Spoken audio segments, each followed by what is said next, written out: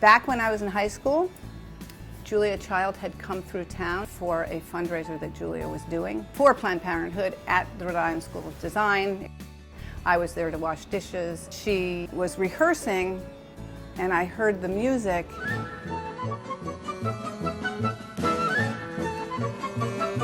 And I said, "What is this?" It sounded like kiddie music, like Mr. Rogers music, and somebody said, "That's Julia's theme to her show." And so I was introduced to Julia Child as a performer and was incredibly fortunate to have that experience. This is a photo of that event, that Planned Parenthood fundraiser at the Rhode Island School of Design, with a number of people, including her husband, Paul Child, up here. In the middle is Sarah Moulton. Nancy Verdi Barr is to Sarah's right. And over here is me. Pretty amazing that I have this of Julia.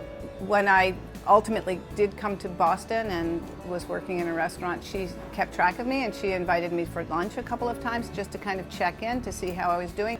I was entering a world at that time in the early 80s that was not a common place for women to work or to succeed or to thrive. Julia was Julia, always Julia, just her authentic self. I know that that's a cliched phrase, but she really embodied that. When I finally was a chef and she came into the restaurant where I was a chef and I had put a steak on the menu that I thought was a really nice steak, she called me later and said, "You have to improve that steak, it's terrible." And so I did. I got to put a better steak on the menu.